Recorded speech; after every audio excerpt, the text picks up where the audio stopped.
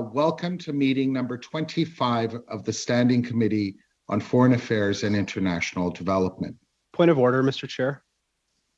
Yes, Mr. Jennings. Thank you, Mr. Chair. I'd like to raise a point of order regarding the scheduling for this committee. And just to say at the outset about it, I'm very, very disappointed by what we're seeing. This is an important issue, and I hope we could proceed in a collaborative way. The committee held a meeting on July 15th and agreed to summer hearings. The committee wished to hear from ministers before July 22nd. That didn't happen. The committee met once on August 4th. It has now been over a month since the committee has met. But in the particular context of this meeting, we had received a notice for a 3-hour meeting to hear from witnesses according to a schedule. Members had made plans, prepared questions, provided your office with rounds of questions to be asked. And you, by all indication, unilaterally changed that agenda, shortened the meeting with less than an hour to go prior to the beginning of the meeting. That will now, if you proceed with this plan, significantly limit our ability to engage with important experts in accordance with the notice that was provided to the committee. We had also been requesting that there be some time for committee business so that we can actually discuss the committee's agenda.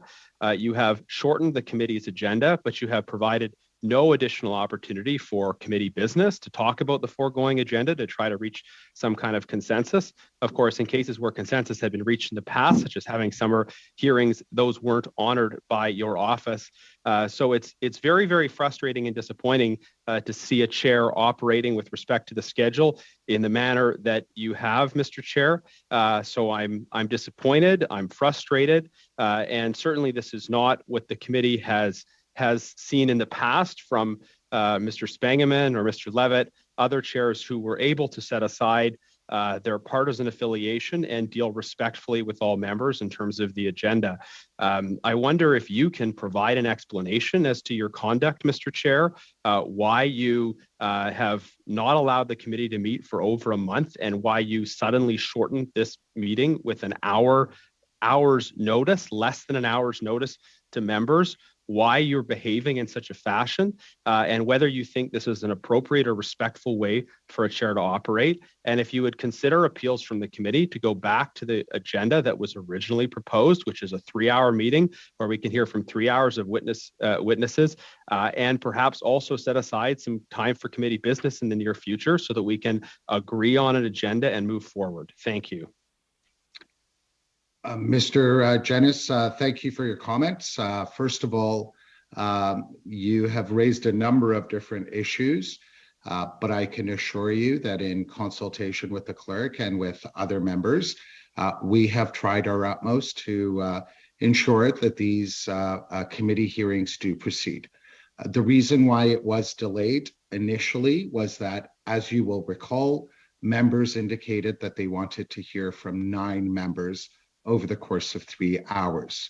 Unfortunately, despite the efforts of the clerk and other members, only 3 people actually made themselves available several weeks ago. So it was decided that it was best to actually not proceed at that time and to redouble of our efforts to have the opportunity to hear from as many witnesses as possible. Now, that was one reason. Another reason, as you're fully aware, Mr. Jennings, is that Parliament had a network maintenance week, which meant that no committee had access to virtual meetings. Despite that, as soon as that was over, we again endeavored to invite as many witnesses that the committee members wanted to hear from. But again, as you know full well, unfortunately, quite a few of those witnesses indicated that they were not available. So several hours ago, on advice of the clerk, who had actually spoken to various members, it was agreed that given that there were only 4 witnesses appearing before us today, that we have 2 panels, which is generally in the regular course of business. But if you like, after this meeting is over, I'd be more than happy to contact you and provide you with any information that may be of interest to you, Mr. Jennings. Mr. Chair, on the point of order, I maybe Mr. Bergeron first, but I would like to be able to clarify my point of order because I don't think it's been addressed. But Mr. Bergeron, welcome to go ahead with me. Merci. Thank you, Mr. Chair. I'll try to be brief. I simply want to point out, Mr. Chair, that although I view Mr. Genis's concerns as being absolutely legitimate, I think it would be inappropriate to assume anyone acting in bad faith from the start of the meeting. Let me explain. When the last meeting was cancelled, it was unfortunately because of the fact that given the very short timelines, only 3 witnesses were able to confirm. And because we wanted 3 hours of discussions with 9 witnesses, I felt it was a good idea to give ourselves an opportunity with a little bit of notice to hold our 3 meetings with 9 witnesses. The fact is that despite the notice, it turns out that it is not possible to get more than 4 witnesses today.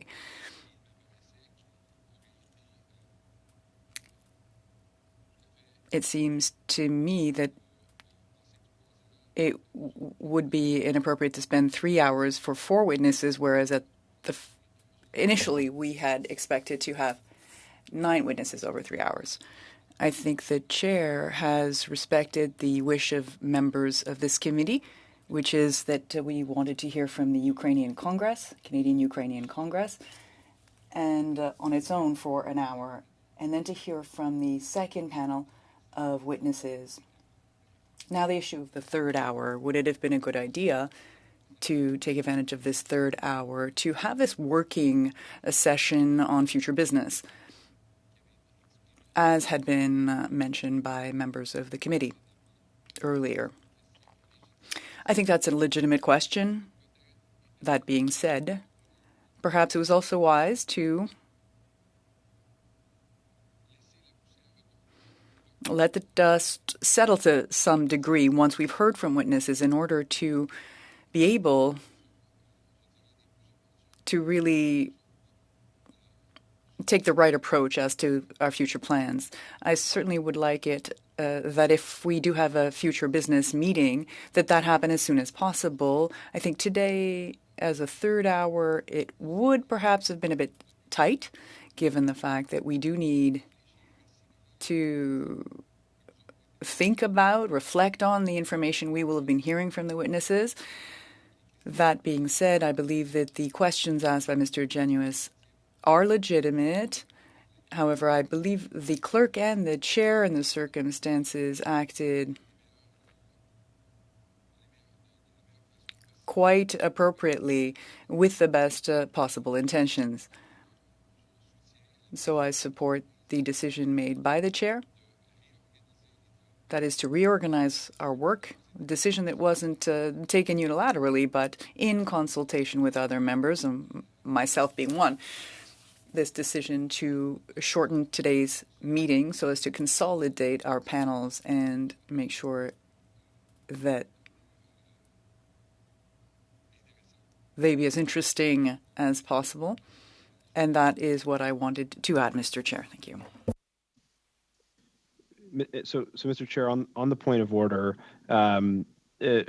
first of all, it's being said a number of times that you conducted consultations with other members. I don't doubt that you conducted consultations with some other members, but I think it would be useful if you told the committee which members from which parties you consulted. I certainly know that no Conservative members were consulted about the last-minute change made to the schedule this morning, for example.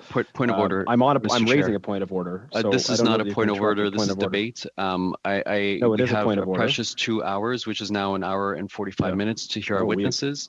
I, as a Liberal member, would love to engage with the witnesses witnesses. We're all here convened to actually have testimony, have questions and answers. You're eating into the time for those witnesses to actually testify and for us to have a meaningful meeting right now. So I hope this is not an attempt to filibuster a meeting on this very important issue, which we all want to get to. Thank you, Mr. So may I resume my point of order, Mr. Chair? Thank you. As was indicated, Mr. Genesis, it's not a point of order. You have asked questions. I have responded to those questions. Mr. Bergeron has kindly weighed in and clarified the issues that you have raised as well. But should you like, after this meeting is over, after we have heard from all the witnesses, I would be more than happy to make myself available and assure you that I did undertake consultations with members from all parties. Mr. Chair, I have a point of order to raise, and I hope you'll respect my right as a committee member to raise those points. And I will be brief. Since we have a 3-hour time slot available, I think we can certainly accommodate the concerns of Mr. Zubari since we have a 3-hour time slot set aside. My comments briefly are this. Mr. Chair, you said you consulted with other members. Which members did you consult with before making the last minute change to the schedule?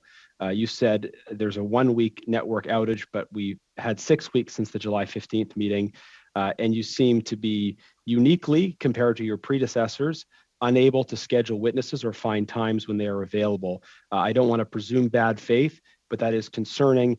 Other previous chairs didn't, on sensitive subjects, suddenly find themselves unable to schedule times which worked for the witnesses.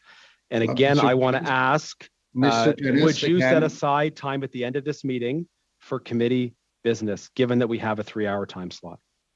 Mr. Janice, allow me to just simply say, you're saying that you're not presuming bad faith. You actually are presuming bad faith.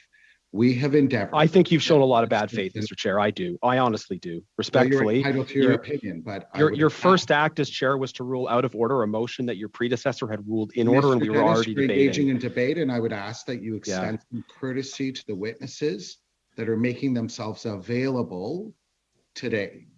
So we can discuss this later, and I can assure you that everything has been in order, that the clerk can hear that. It has been very much in order. No, it hasn't. Mr. Jennings, I'm happy to proceed, but Mr. Chair, this is not helpful to you, but I look forward to hearing from the witnesses. Thank you. Thank you. So if we may now resume the meeting, I'd like to welcome all the members to meeting number 25 of the Standing Committee on Foreign Affairs and International Development. Pursuant to the motion adopted on July 15th, 2022, the committee is meeting on its study of the export of Russian Gazprom turbines. Comme d'habitude, de services. As usual, interpretation services are available. Pour cette réunion, en cliquant sur l'icône globe au bas de votre. You can click on the globe icon at the bottom of your screen. I would like to take this opportunity to remind all participants that screenshots or taking photos of your screen are not permitted. Before speaking, I would ask that you wait until I recognize you by name. When speaking, please speak slowly and clearly. When you are not speaking, your mic should be on mute. A reminder that all comments by members and witnesses should be addressed through the chair. And before I welcome our witnesses today, I'd also like to welcome a new clerk that has been assigned to our committee.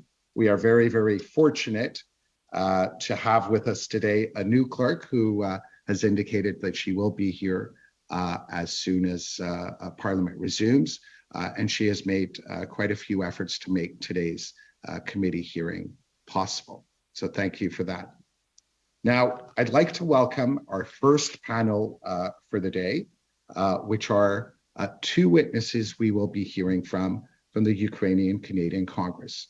We're truly privileged to have with us today Mr. Ihor Michalchyshyn, the Executive Director and Chief Executive Officer of the Ukrainian Canadian Congress, and also Mr. Orest Zakydalsky, who's the Senior Policy Advisor with the Ukrainian Canadian Congress. Now, I would like to remind the two witnesses that you each have 5 minutes for your opening remarks, after which the members will have the opportunity for the remainder of the hour to ask you questions. Welcome.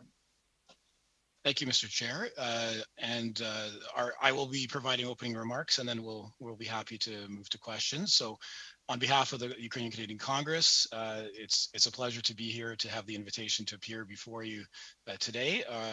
Alexandra Hichi, our president, spoke with you several weeks ago, and we're here to continue with sharing the views of the Congress. I hope that members of the committee have had a good summer. We've certainly been in touch with many of you and appreciate the work that you've been doing over the summer as well. I also wanted to, since it's September 7th, wish you a happy Ukrainian Canadian Heritage Day. It's 130 years that Ukrainian Canadians have been here in Canada, and it's a recognized day in several provinces, and we're working to recognize that nationally. So just wanted to note that for the record. So to today's topics, on June 15th, the UCC had written to Foreign Minister Melanie Joly expressing our concern about the Canadian government considering waiving of sanctions. On July 6th, we wrote to Prime Minister Trudeau, and we stated about this turbine matter that this would be a test of the resolve of the government of Canada to maintain sanctions and to continue to isolate Russia. Our feeling was that any waiver of Canadian sanctions would be viewed as capitulation to Russian blackmail and demands and energy terrorism, serving to embolden the Russian terrorist state with far-reaching and negative consequences, not only for Ukraine or the European Union, but for Canadian security as well.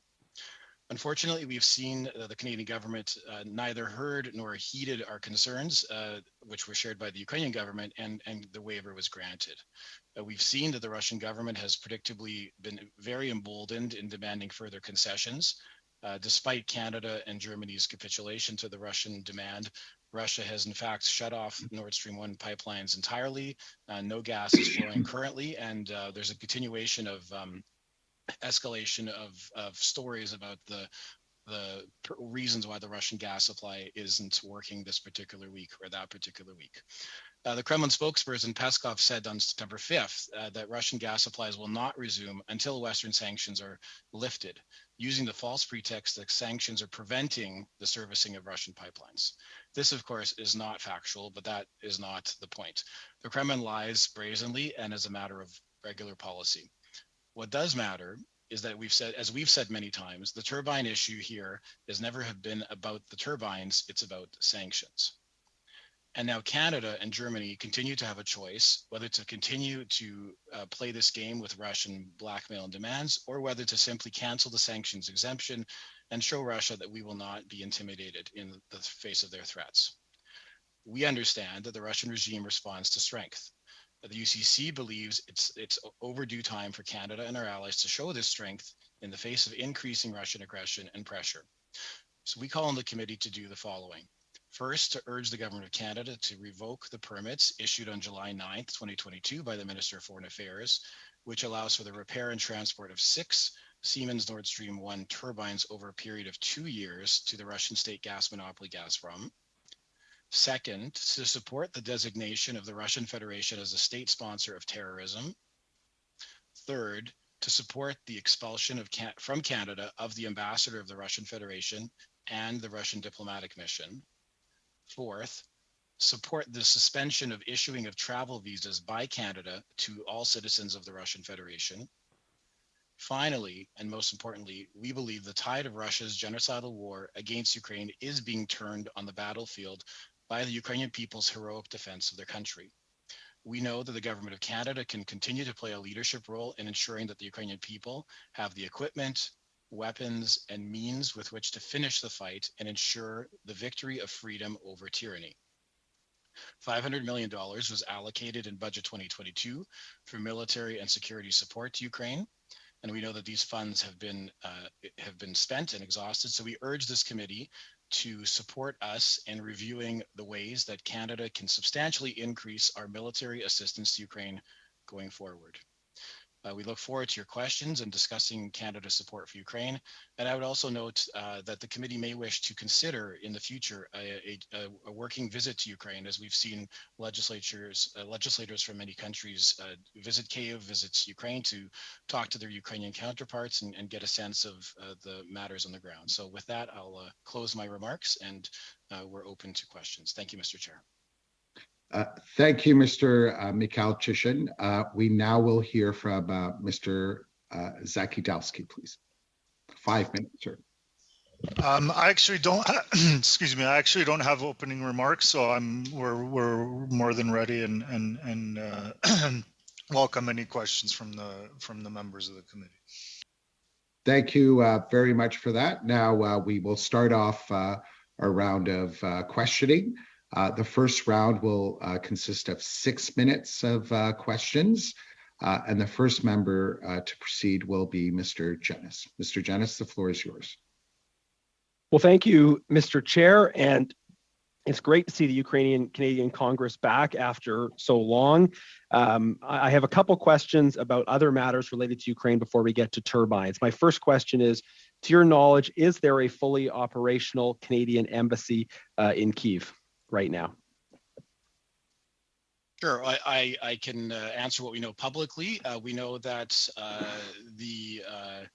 the Prime Minister and Minister Joly and Minister Freeland were there in Kyiv on May 8th to do a ceremony opening the embassy. And we do know that Ambassador Galadza is in Kyiv and working, but media coverage that we've seen notes that services at the embassy are still suspended due to the security situation, and that other people have been directed to other physical locations across Ukraine or Europe for visa assistance. So that's what we're aware of. Okay, thank you very much. That's important information. Secondly, Canada has been behind our allies in imposing consequences on Russian diplomats. Are you satisfied with the approach that the government of Canada has taken on this? And why hasn't the government, in your view, why has the government not been more aggressive in this front? I'll let my colleague respond to that one.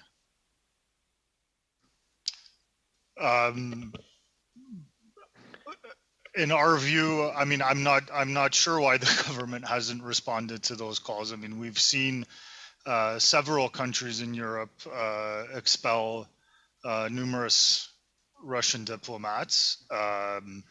We've not seen Canada expel any Russian diplomats since February. Added to that, there was a fairly disturbing incident here in Ottawa at the embassy wherein and this was reported publicly, what appeared to be a Russian diplomatic car. People got out of it and vandalized it was a blue and yellow painted bike that was placed outside the embassy on public property that was spray painted and destroyed by what certainly appeared to be people that emerged from a car that was later seen on the property of the Russian embassy. This was in about a month ago. There has not been any response to this that I have knowledge of. And so, you know, it is our position that the Russian embassy is a security threat to Canadians, and that our government should be forceful in responding to that threat. Thank you. It's fair to say you're disappointed with the lack of response from the government so far? I would say that's fair to say, yes. Okay. With respect to the turbine issue, we've seen 3 explanations from the government on this, 3 different explanations. First, they said it was about German energy security. That turned out not to be true. Then they said it was about calling Putin's bluff. That, of course, doesn't make any sense in light of new events that the government continues to plan to export turbines in spite of the fact that gas has been cut off anyways. But we saw a third explanation from the Minister of Foreign Affairs in court filings in response to the Ukrainian World Congress. And in that explanation, the government was essentially showing that this decision was about trying to protect jobs in Montreal speaking about jobs at a Siemens facility that is in fact relatively close to Minister Jolie's own riding, which raises questions about whether the government was trying to take into consideration constituency politics in granting sanctions waiver. What was your reaction to the information in those filings that the minister was taking into consideration jobs close to home in the decision to grant this waiver? So the UCC isn't part of the court filings process, so this is new information for me as well. But I mean, as you mentioned, we've certainly seen a number of attempts to explain this, what we think is a poor decision. We keep offering our views on the opportunity to correct the situation.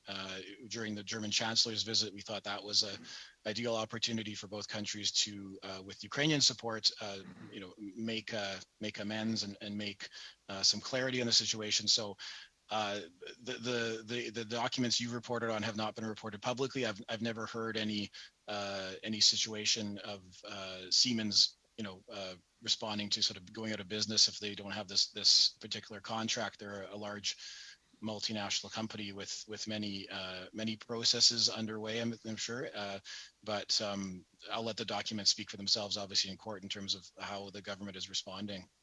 Okay, thank you very much for that. And just related to questions of Siemens' relationship to the government and these considerations, we did a search of the lobby registry and found that on April 13th of this year, representatives from Siemens met with David Morrison, the Deputy Minister for Foreign Trade and Global Affairs Canada, and John Hannaford, another Deputy Minister. Do you have any indication as to what Siemens was discussing when they were lobbying the government back in April, and how lobbying by Siemens might have played a role in this decision that is very much contrary to Ukraine's interest, but might be in Siemens' own commercial interest? You have 30 seconds, please. Obviously, I haven't seen those documents. Siemens has not met with us, and they have a lot of interests in Russia and other places that I'm sure they're trying to understand the government's approach on. Okay. I just maybe make a comment for the benefit of this committee that it would be useful to hear from Siemens at some point if the chair is able to find time to schedule them. Thank you. Thank you for that. We next go to Mr. Zuberi. Mr. Zuberi, you have 6 minutes. Thank you, Mr. Chair, and thank you to the witnesses for being here, to the Ukrainian Canadian Congress for all of your advocacy. As we all know, we in Canada are steadfast with the Ukrainian people.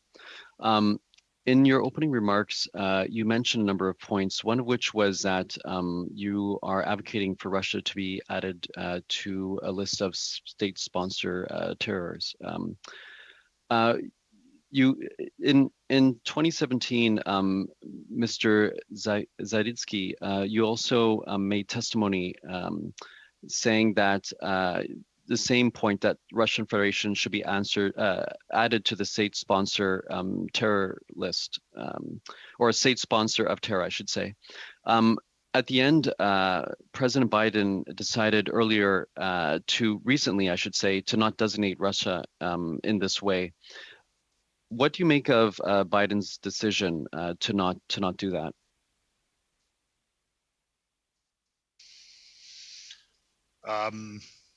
I would say that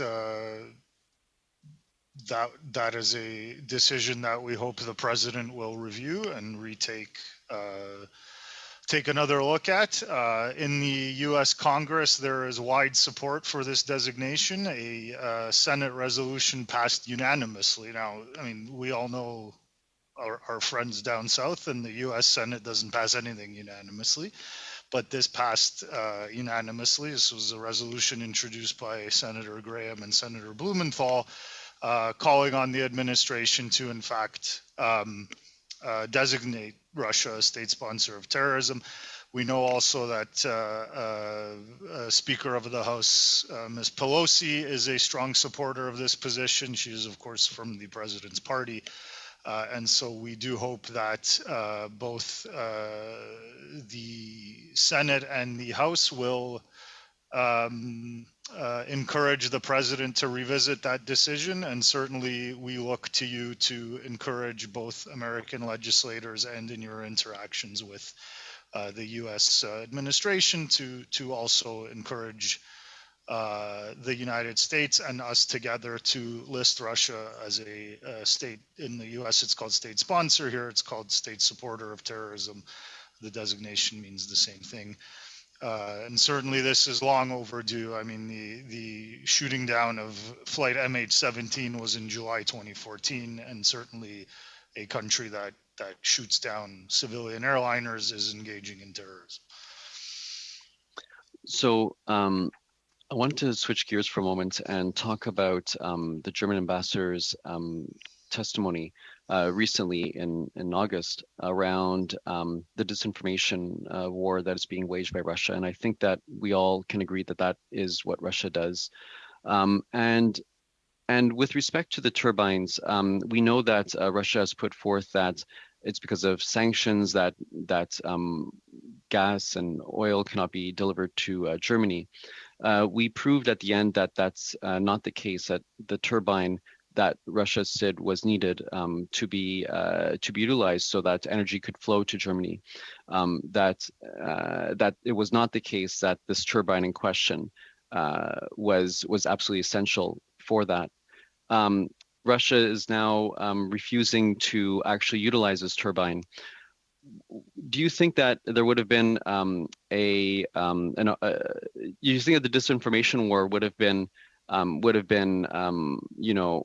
amped up by Russia if Germany did not have this turbine in hand?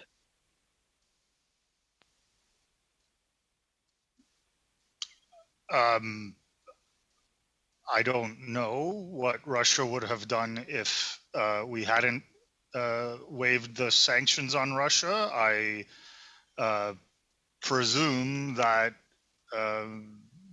had we not waived the sanctions on Russia, Russia also would not be delivering gas to Germany. And so we're at the same place we were, except that we've waived sanctions on Russia. So we've gained nothing, but lost sanctions that we had on Russia. So I think that that's the problem, that we, by having undertaken this capitulation, have done nothing except placate Russia. And obviously, as we can see, the return is further Russian obstinance and further Russian pressure, which is what we said would happen at the when the government took this decision, and in trying to convince the government not to take. Would you agree that we've taken arguments away from Russia in terms of the disinformation war? Well, I mean, they can make up whatever they want. So, I mean, if the point is to take away arguments from the Russian disinformation war, then I don't want to know where that ends, because they're just going to make more stuff up. So, thank you. I honestly don't really understand the reasoning. Thanks for your time. Thank you, Mr. Zuberi. We now go to Mr. Bergeron. Mr. Bergeron, you have 6 minutes. Merci, monsieur. Thank you, Mr. Chair. Thank you, gentlemen, for being here.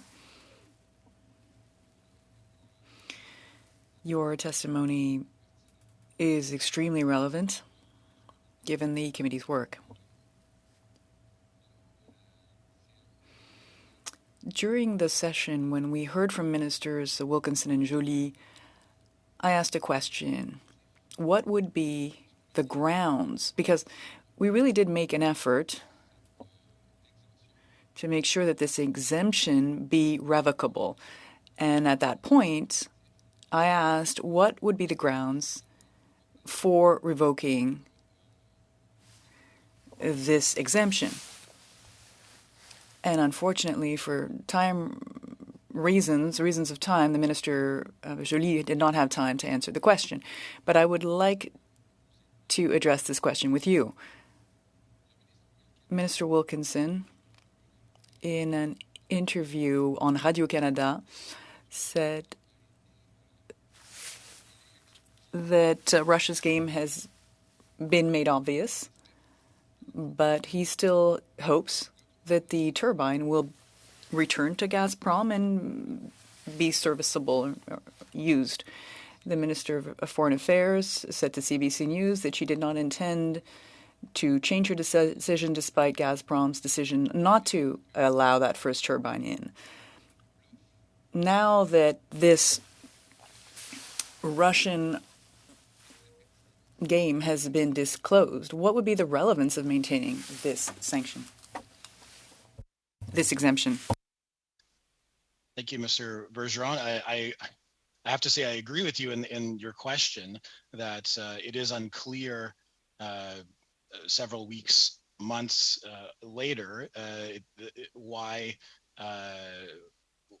there would be no revocation of this waiver as the Russian weaponization of energy has become emboldened, more dramatic, I would say, day by day, despite the efforts of the Germans to go along with the various conditions and demands and deadlines that were being imposed initially, such as the turbine and other matters. So I agree with you that it is not clear why we would continue to allow this waiver to be extended, which allows 2 more years of Gazprom making profits, which we know ultimately fuel the Russian ability to fund the war against Ukraine, a war which we all hope will be wrapped up with a Ukrainian victory in the near future, as opposed to being financed and fueled, literally fueled for, we hope not, years to come. Avant même que la décision. Before the decision was even made by the Canadian government, some were saying that they had doubts as to the relevance of revoking these sanctions. Some people believe that Russia has reserve turbines, and even Siemens is of the view that the pipeline can work despite these turbines not being online. But these statements from August 21st and 24th from these ministers are previous to Dmitry Peskov's statement from September 5th, stating that supply will only resume once sanctions are lifted. So clearly, it's quite obvious that this is just pure blackmail on the part of Russia, and it would be worthwhile to revoke these exemptions, specifically given the fact that the scenario of revoking it was raised by the ambassador for Germany when she appeared before this very committee. So I just can't wrap my mind around this. Of course, there have been no new statements from either minister since Mr. Peskov's statement dated September 5th, but I simply can't understand why we would maintain this exemption, whereas this Russian blackmail is just been made clearly obvious. If you'll allow me, gentlemen, when you appeared, last time you appeared, or the Canadian-Ukrainian Congress appeared, the issue of alternatives had been raised, specifically of the Gazprom pipeline on Ukrainian land, which you were stating could have been used to fully replace Nord Stream 1's capacity, and that this pipeline was currently used at less than 40% of its current capacity. Now that we know that Nord Stream 1 is no longer working, my question is this: supply through this Ukrainian pipeline, has that also been stopped, or is there still supply through that Ukrainian pipeline? So just a point to clarify, the pipeline that goes through Ukraine is not owned by Gazprom. It's owned by the Ukrainian government and Ukrainian transit system. So that is actually one of the advantages of it, is that the ability to manipulate it the way that Gazprom manipulates Nord Stream 1 is not quite as apparent. Now, Russia can of course shut gas on and off at the border as it pleases. Mais au moment où on se parle, But if you allow me, at this point, right now, has there been a cut in supply through that pipeline, or is it still ongoing? My understanding, and I will check on this and get back to you, is that that pipeline is also not delivering gas as part of this, Peskov's statement stuff. But I do have to check on that. I don't know what the state of it is today, so I don't want to say something that's not accurate, and I will find that and email your office after this meeting. Thank you. Peut-être, Monsieur le Président, informer Mr. Chair, perhaps inform the clerk so all committee members can get the answer to that question. Thank you, Mr. Chair. Absolutely. Thank you for that, Mr. Bergeron. We'll definitely do so. We now go to Ms. Michalchyshyn. Ms. Michalchyshyn, you have 6 minutes. Thank you, Chair.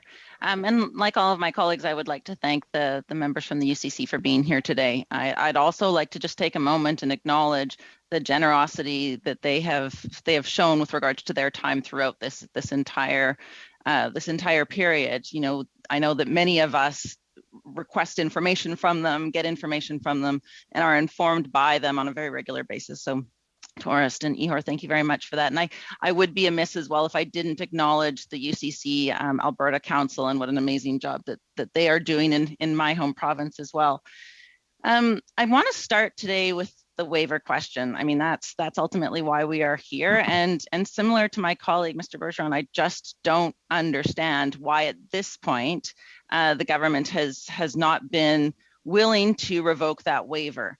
At the beginning, when this first came up, when we were first hearing that this was something that the government was considering, I very similarly to I think many of the people in this room felt that why on earth would we trust that Putin will do what he said? He's never done what he said. He's clearly weaponizing energy. He's clearly weaponizing food, weaponizing all kinds of those things. So why would we put trust in this? Now that he's made it very, very clear, and his government has made it clear that they will not be shipping the gas to Germany, I cannot get my head around why the government fails to revoke that waiver. So what I guess want to ask is, when the Ambassador Kovalev was here in front of our committee, she talked about this being a dangerous precedent. And I'd love to hear from both of you on why you think this is a dangerous precedent, what examples you've seen of how this has proven to be a dangerous precedent. Ihor, I think you mentioned that the Russians have asked for further concessions. Any more clarity you can give on that would be very, very welcome. Thank you for your warm remarks, and I'll pass along our best to the UCC's Alberta Provincial Council. They are working incredibly hard to support the Ukrainian refugees that have arrived in that province. So, as you said, we believe it's a precedent. We've seen particularly on some sectors, for example, tariffs on fertilizer. There has been a lot of impact on the pricing of fertilizer because of the Canadian tariffs. Obviously, the impacts on the producers, the agricultural producers in Canada.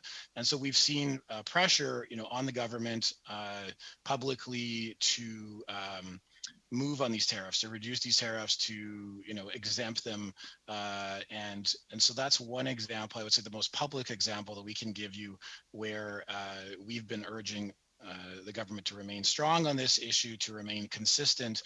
We don't think it's helpful. We think it's actually the goal of the Russian Federation to poke holes in both Canadian sanctions policy and in generally Western sanctions policy to because they do understand that the consistency and coordination is critical. So the more that they can, I don't think they particularly care what they poke holes into, but the more that they can poke holes in the sanctions regimes, find differences between jurisdictions, and build inconsistencies between our governments that are largely on the same page on this issue.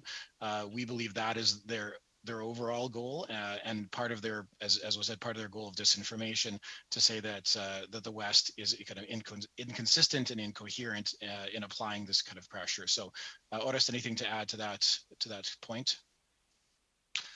No, I think you've covered it.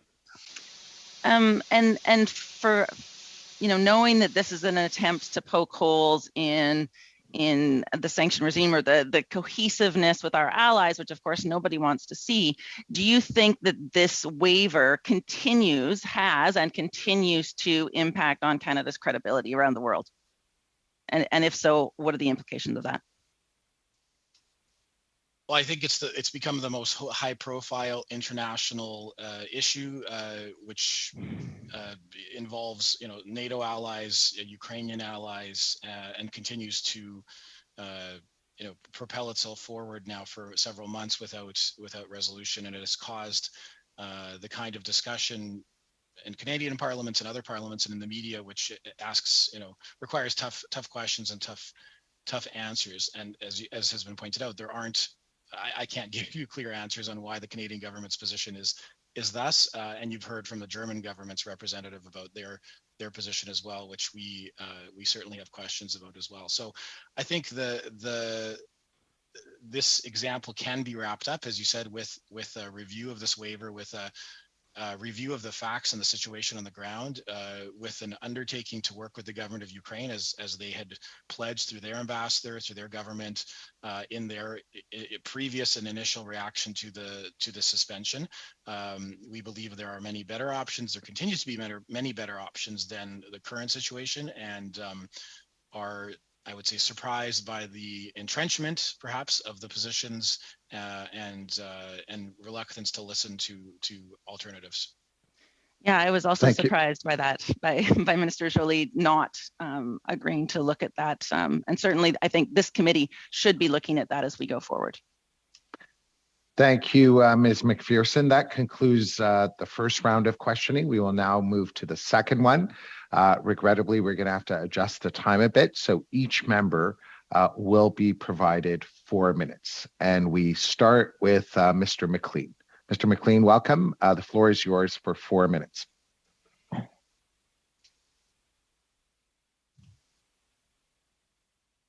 Thank you, Mr. Chair, and allow me to extend a welcome to Mr. Michalchyshyn and Mr. Zakydalsky. Thank you for coming here today. First question, allow me to reiterate our support for the people of Ukraine in their valiant fight against an aggressive and hostile invading army. Canada should be doing all that it can to assist the democratic and free Ukrainian people in upholding their sovereignty and their right to live as free people in their own country. In my opinion, this includes maintaining sanctions on all trade with Russia.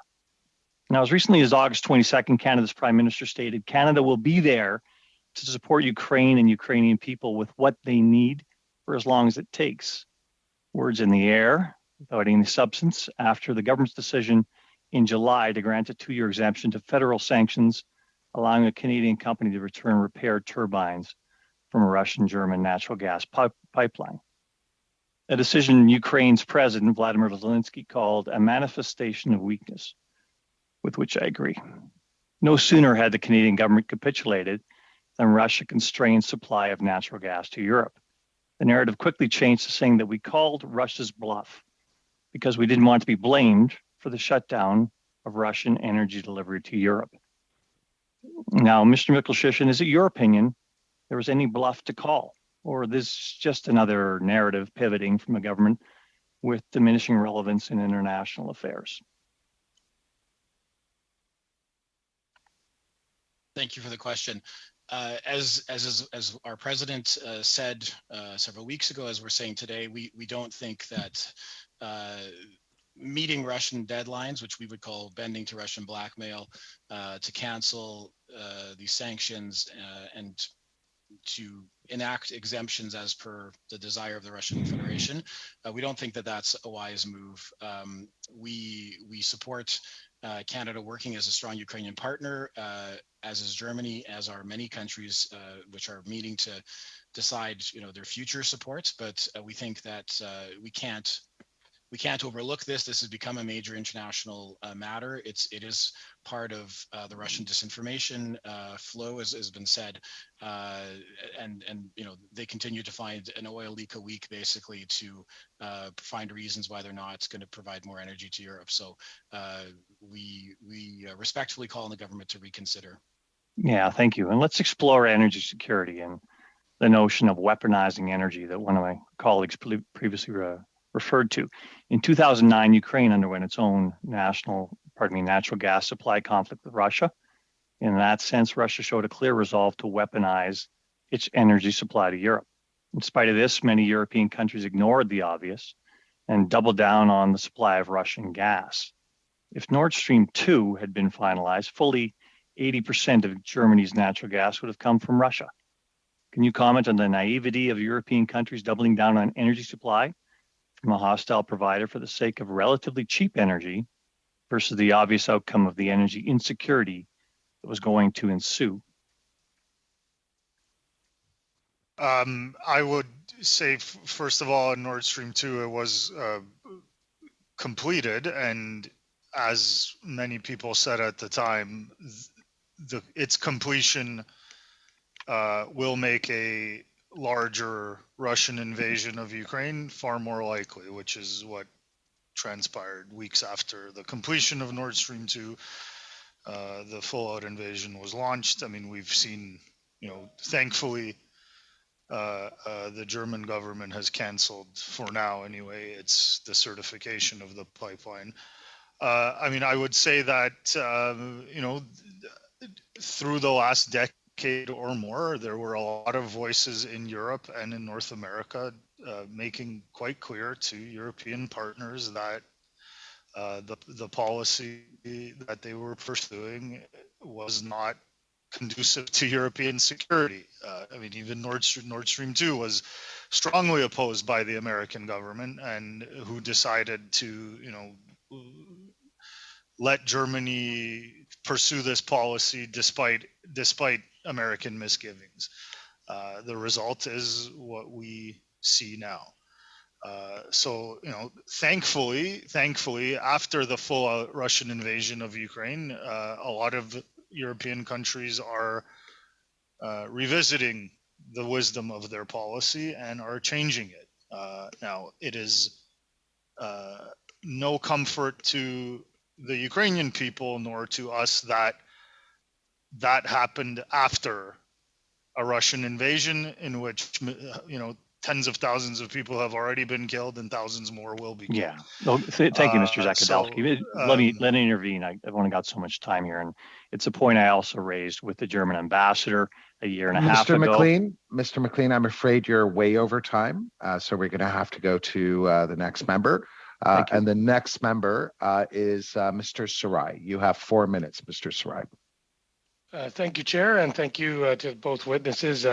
We've been hearing a lot about this topic and just the invasion of Ukraine by Russia in general, and it's important to everyone's hearts here in Canada, and I want to let you know that we take this very seriously. What we've noticed is unity in the response to Russia's invasion has been key, and Putin's goal clearly remains to try to divide NATO and the European Union countries. One of the successes has been the fact that the response to Russia's invasion of Ukraine has been negated, has been opposed and strongly opposed by European countries, specifically NATO, and it's been unified in its response, whether that's giving military aid, whether that's giving aid in general, or whether it's giving support at the United Nations or elsewhere. How important do you see the maintenance of European Union support for Ukraine is as this war unfortunately drags on? Mr. Thanks for the question. We know, tomorrow, I think it's about 40 countries that support Ukraine with defensive weapons are meeting to review what they can do to support Ukraine.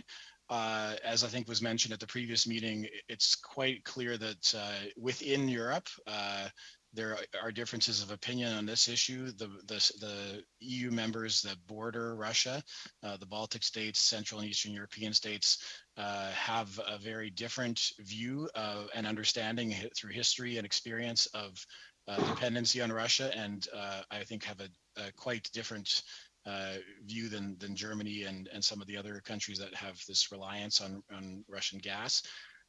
So I think obviously the unity of Ukrainian allies is important, which is why the Ukrainian government, I think, took the unprecedented step of making a statement in this case, of speaking both to Germany and to Ukraine, and to Canada as allies of its war effort, of its humanitarian appeals as well. So we definitely believe that this unity must continue, and that's why we think the path back to this unity of purpose and unity of messaging and actions is to review this decision. And I just want to be clear, currently there's only a permission for the Siemens turbines. There's no other relaxation of sanctions. And regardless, as we've noticed, they're not being used, but if we impose the sanctions back, they still won't be used, or they may be used. It wouldn't have any significant impact that I see, regardless of one way or the other than the German people knowing that Canada didn't do anything to block their energy needs. I just want to be clear that there's no other sanctions that were lifted based on this Siemens turbine exemption to be serviced. Again, as far as we know at this point, the exemption is, as you know and as we know, is for these 6 turbines for 2 years, which actually was far more broad than the initial story was about one particular turbine. So that has continued to evolve, and I think with the attention of this committee and with the attention of the public, we have not seen any other changes on any other sanctions policies yet. And just Chair, if I'm out of time, I'll leave that. The Chair, you're on mute. I'm afraid you have 10 seconds, Mr. Sweat. No, it's all good. Thank you, Mr. Chair. Thank you for that. We next go to Mr. Bergeron. Mr. Bergeron, you have 2 minutes. Merci, Monsieur le Président. Thank you, Mr. Chair. When the government took the decision to allow this exemption, at the Bloc Québécois, we believed it was certainly a tough decision to make. That the Canadian government found itself between a rock and a hard place, and that it had to sort of choose between cholera and malaria, if you will, a very difficult decision to take. We found that we believe that the government must have had excellent reasons for making that particular decision at that time. However, in the same breath, we added that it needed to lead to a new round of sanctions and increasing military aid from Canada to Ukraine. But we have not noted increased sanctions since then, and as to military assistance, according to the government site titled Military Support to Ukraine, apart from the Operation Unified, there has been no announcement for the federal government as to providing military equipment to Ukraine, even though it was extremely important to do this, as the ambassador for Ukraine mentioned over 2 months ago. The ambassador really focused on the fact that these supplies needed to reach Ukraine this summer, that was imperative. How do you view the responses that have been provided to us by Ministers Wilkinson and Joly as to the reasons why they took this difficult decision? And also, how do you view that issue of support, Canadian support to Ukraine since then? to your mind, does this meet the needs expressed by Ukrainians? If I could ask that you limit your response to 30 seconds, please. So very quickly, Pardon, point d'ordre, Monsieur le Président. Point of order, Mr. Chair. Did we not have 4 minutes? At 2 minutes. Ah, ça n'a pas. Oh, I didn't hear that. J'ai pas entendu. I didn't hear that. Gentlemen? Okay, very quickly, with regard to your earlier question about the pipeline, the Ukrainian pipeline is working at the same 40% capacity that it was. With regard to your question about Minister Joly and Minister Wilkinson's reasoning, we respectfully disagree. With regard to your question about the supply of weapons to Ukraine, we have just written to Minister Anand calling for the government to make another substantial announcement of weapons deliveries following up on the announcement in Budget 2022. So we look forward to a response from the Department of Defense and from the Canadian government on further deliveries of weapons. Thank you. Merci. Thank you. Now we go to Ms. McPherson. You have 2 minutes, Ms. McPherson. Thank you, Mr. Chair. You know, this whole conversation is around the sanctions regime, and I have found it incredibly difficult to get information about the sanctions, the details of what's been seized, the details of the sanctions, not who's been sanctioned, but how much and what.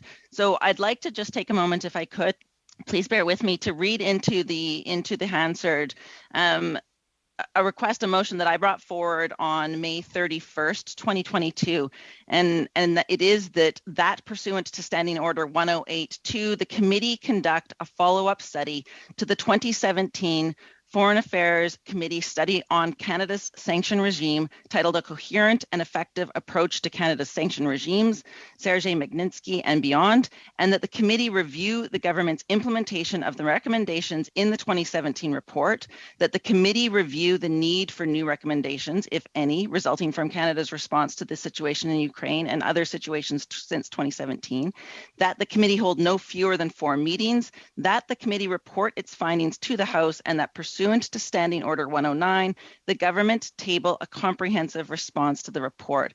I would like to have an opportunity for the subcommittee to discuss this. I think what we've heard from our witnesses from the UCC is that our sanction regime needs to be re-examined very carefully. We've heard that the waiver has fundamentally damaged our sanction regime and has fundamentally damaged the credibility of Canada. So I think it is imperative that this committee undertakes a study at the soonest possible moment. I will end at that point because I know I'm very close to my 2 minutes. Mr. Orest and Ihor, I'd like to thank you both very much for being here. Thank you for sharing your wisdom with us again. Thank you, Ms. McPherson. We now go to Mr. Abdeltaif. Mr. Abdeltaif, you have 4 minutes.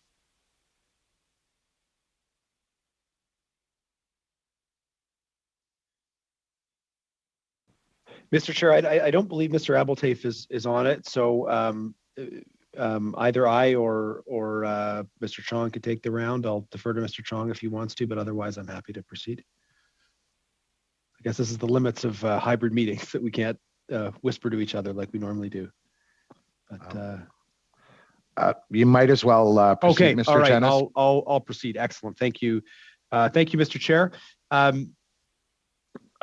Could you both comment, or one of you comment on the impact that this turbine decision has had on Canada-Ukraine relations? President Zelensky chose to speak personally to this issue.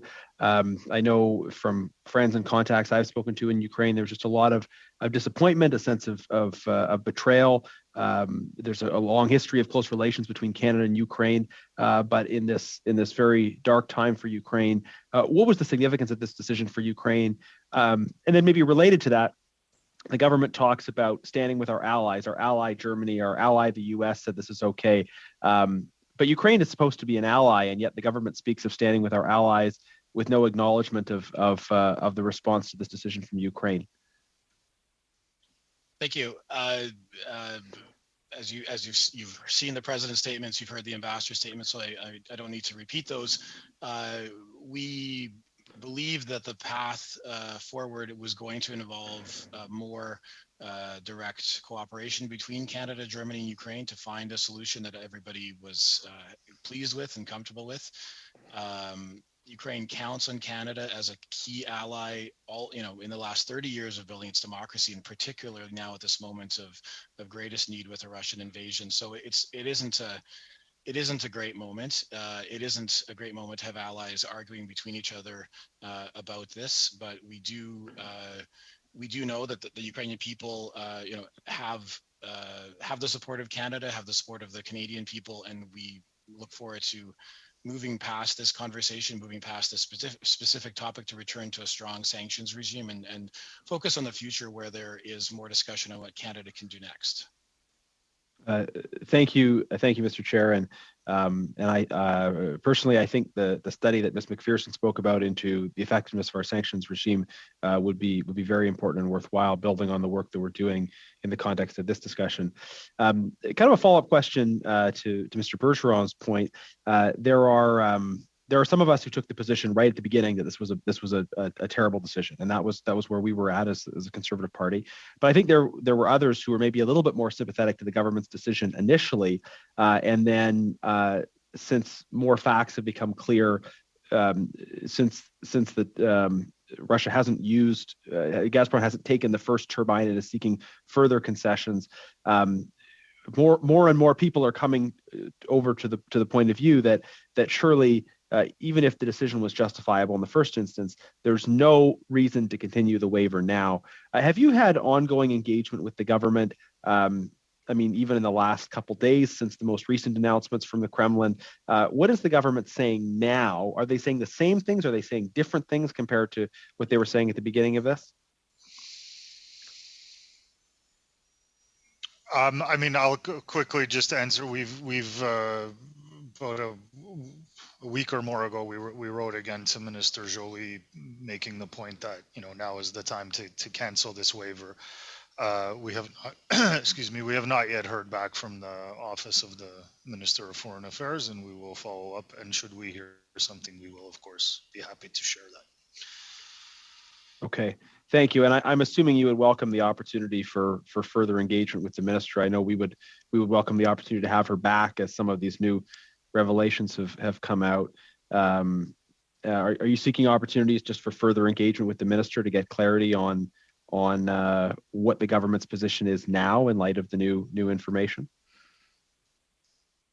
Yes, definitely. We continue to reach out to her office, and we look for public statements and have been open to hearing any developments from their perspective. Yeah.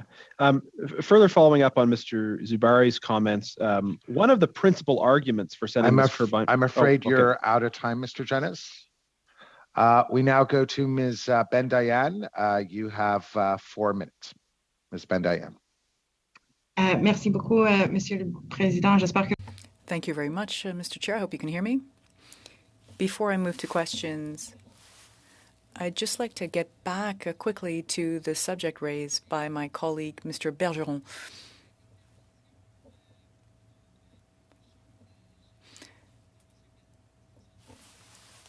The issue of blackmail and Nord Stream, the pipeline that travels through Ukraine and gets to the EU through Slovakia is operational. The volumes are stable. And again, based on my knowledge, those are the only 2 land means to bring gas over land in Europe. Of course, I'm very interested in asking questions of our 2 witnesses. Gentlemen. I'll ask in a first instance, since we are, we are having, this discussion with you today, and you mentioned in your opening statement that you encouraged our committee to travel to Ukraine. I'm sure, as you know, we had travel plans that were vetoed in the House of Commons by the Conservative Party. Are you aware, gentlemen, of why that travel was vetoed? No, we're not privy to the discussions of the committee in terms of travel, but We've certainly encouraged our parliamentarians and the government officials to travel to Ukraine at the safest and earliest opportunity. Thank you. I also know that in your introduction, you encouraged Canada to continue supporting Ukraine militarily. My understanding is that one of the things Ukraine needs most right now are armored vehicles. And we know how crucial armored vehicles are to the operation that is ongoing actually at the moment, in the hopes that Ukraine will be able to retake some of its territory. Canada has already sent some armored vehicles to Ukraine, and I do note that one country that has large stocks of these vehicles but seems to be unwilling to send them to Ukraine is Germany. Do you have any information about Germany's refusal to provide these, and how can we make sure to get more armored vehicles to Ukraine quickly? Germany is providing weapons to Ukraine. It is providing them at a pace that is not the pace we would like to see. And any of your engagements with your German counterparts in the Bundestag that would get them to put pressure on the German government to speed up these deliveries would be most welcome by us. Very good, thank you. And given that we are about to enter winter, and certainly we're hearing a lot about the challenging winter ahead for Europe, but I believe the winter will be also challenging for Ukraine, given how snow and cold might affect your military operations.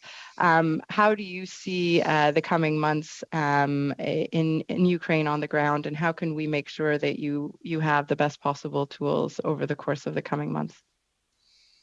I think from an immediate civilian survival perspective, I know we have, through our humanitarian appeal, begun to talk about winterization, and we know that there are substantial funds that the Government of Canada has yet to expend. I believe about $75 million that could be spent on winterization, which means everything from providing heating, basic repairs for people, all of these devastated villages that we've seen on our screens, where roofs and doors and windows are gone and people are left cooking over, basically campfire or stoves. So civilian winterization is essential to enable people to survive. And as we said, the next steps on military and security support, together with our allies, identifying does Canada have more light armored vehicles or more missiles or more communication systems that would be effective for the Ukrainian army to continue its offensive, so that the war is victorious in the nearest time. So what I'm hearing from you gentlemen— Ms. Ben-Diana, I'm afraid you're out of time. Thank you, Mr. Chair. Thank you. Now, on that note, allow me to thank Mr. Michalchyshyn and Mr. Zakydalsky for once again having made themselves available to all the members.